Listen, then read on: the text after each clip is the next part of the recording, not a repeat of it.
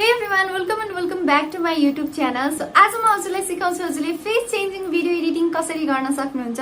So अहिले चाहिँ टिकटकमा एकदम धेरै नै ट्रेन्डिङमा चलिरहेको छ अरूको भिडियोमा चाहिँ आफ्नो फेस राख्ने.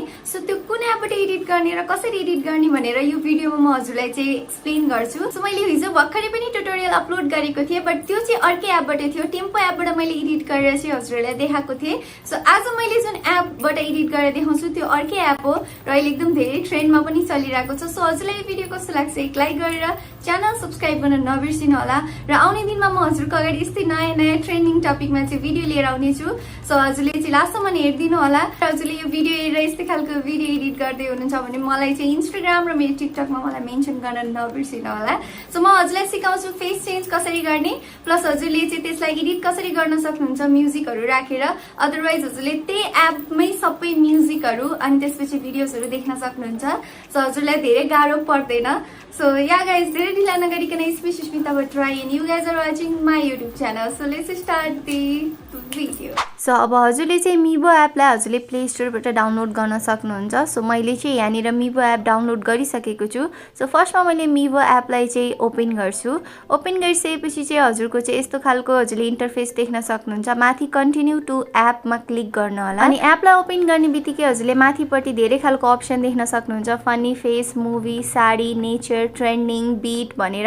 सो हजुरले कुनै पनि एउटा अप्सनमा क्लिक गरेर चाहिँ हजुरले भिडियो एडिट गर्न सक्नुहुन्छ. सो मैले चाहिँ यहाँनिर न्यू भन्ने अप्सनमा क्लिक गरेँ. त्यसपछि हजुरले स्क्रल गर्दै जाँदाखेरि हजुरले धेरै खालको भिडियोजहरू देख्न सक्नुहुन्छ. अब हजुरले चाहिँ ट्रान्जिसन बनाउने हो कि स्लोमो कुन भिडियो एडिट गर्ने हो त्यो भिडियो नर्मली सेलेक्ट गर्नु होला.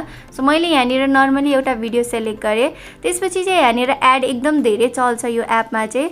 सो यसरी एड चलिसकेपछि चाहिँ यसरी भिडियो चाहिँ ओपन हुन्छ. भिडियो ओपन भइसकेपछि हजुरले भिडियो त्यहाँबाट चेन्ज पनि गर्न सक्नुहुन्छ. सो नर्मली चाहिँ मैले यसरी स्वाइप गर्दैछु. सो स्वाइप गर्दा गर्दै मैले यहाँनिर चाहिँ एउटा भिडियो भेटेँ. सो यो भिडियोमा चाहिँ म आफ्नो फेस राखेर हजुरलाई देखाउँछु. सो तलपट्टि हजुरले फ्री अनलक भनेर देख्नुहुन्छ त्यसमा क्लिक गर्नु होला. त्यसपछि चाहिँ यसमा एडहरू चल्छ. त्यसपछि हजुरले यहाँनिर चाहिँ फेस राख्नुपर्ने हुन्छ. सो हजुरले चाहिँ आई गट इटमा क्लिक गरेर हजुरले आफ्नो ग्यालरीबाट एउटा फोटो सेलेक्ट गर्नु होला.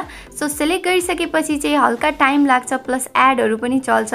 एन्ड फाइनली हजुरले यहाँनिर देख्न सक्नुहुन्छ मैले चाहिँ आफ्नो फेस यो भिडियोमा राखिसकेको छु र यसको फाइनल लुक हजुरले यहाँनिर देख्न सक्नुहुन्छ. हजुरले तलपट्टि चाहिँ एरोको अप्सन देख्न सक्नुहुन्छ त्यसमा क्लिक गरेर सेभ गर्न सक्नुहुन्छ. प्लस माथिपट्टि होमको अप्सनमा क्लिक गरेर हजुरले फेरि होम पेजमा गएर हजुरले यहाँनिरबाट स्क्रल गर्दै अरू भिडियो पनि एडिट गर्न सक्नुहुन्छ. सो मैले अर्को पनि एउटा भिडियो ट्रान्जिसन भिडियो चाहिँ सेलेक्ट गरेँ. यहाँनिर सिम्पल खरेलको ट्रान्जिसन भिडियो सेलेक्ट गरेँ. त्यसपछि फेरि चाहिँ मैले सेम प्रोसेस गर्छु. फ्री अनलकमा क्लिक गर्ने बित्तिकै चाहिँ त्यहाँनिर फेस राखेर मैले चाहिँ यहाँनिर एडिट गरिसकेको छु र बीचबीचमा एडहरू चल्छ.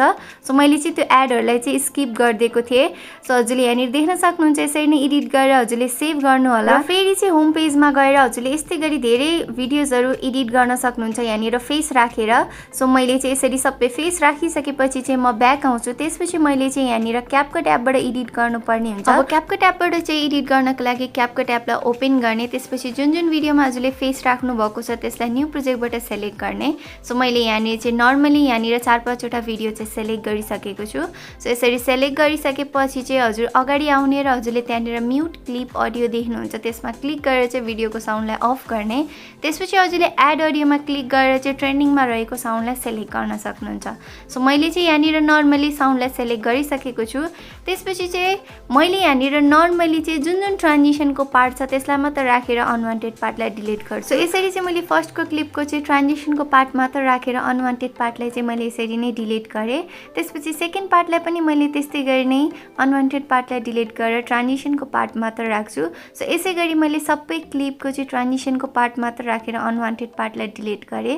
त्यस्तै गरी क्यापकटको वाटरमार्कलाई पनि मैले त्यहाँबाट डिलिट गरेँ. अब चाहिँ मैले म्युजिकको बिट अनुसार नै यहाँनिर ट्रान्जिसन चाहिँ म्याच गर्छु. सो त्यसको लागि चाहिँ हजुरले चाहिँ यहाँनिर राम्रोसँग म्युजिक सुन्दै र भिडियोलाई चाहिँ यसरी एडजस्ट गर्दै लग्नुपर्ने हुन्छ जसरी मैले यहाँनिर एडजस्ट गरिरहेको छु. सो धेरै गाह्रो पनि छैन हजुरले म्युजिकको बिट अनुसार नै ट्रान्जिसनलाई चाहिँ म्याच गर्दै लग्नुपर्ने हो सो हजुरले चाहिँ यसरी नै एडिट गर्नु होला कुन कुन क्लिपलाई चाहिँ एडजस्ट गर्नुहुन्छ त्यसरी एडजस्ट गरेर अनवान्टेड म्युजिकलाई पनि हजुरले डिलिट गर्न सक्नुहुन्छ सो फाइनली मैले यहाँनिर चाहिँ सबै एडिट गरिसकेको छु सो एडिट गरिसकेपछि चाहिँ हजुरले यहाँनिर फाइनल भिडियो देख्न सक्नुहुन्छ सो फाइनली मैले यसरी चाहिँ ट्रान्जिसनको पार्ट मात्र राखेर म्युजिकको बिट अनुसार नै एडिट गरिसकेको छु यसरी एडिट गरिसकेपछि चाहिँ हजुरले अरू कुरा एड गर्नु छ भने एड गर्न सक्नुहुन्छ अदरवाइज हजुरले डाइरेक्ट यहाँबाट सेभ गर्न सक्नुहुन्छ सो सेभ गर्नको लागि माथि एरोको बटनमा क्लिक गरेर हजुरले यहाँबाट यसरी नै भिडियो सेभ गर्न सक्नुहुन्छ अनि हजुरले चाहिँ यो भिडियो देखिसकेपछि हजुरलाई थाहा भयो हजुरले फेस चेन्ज गरेर भिडियो कसरी एडिट गर्न सक्नुहुन्छ र हजुरले यस्तै गरी एडिट गरेर डाइरेक्ट टिकटकमा अपलोड गरिदिन सक्नुहुन्छ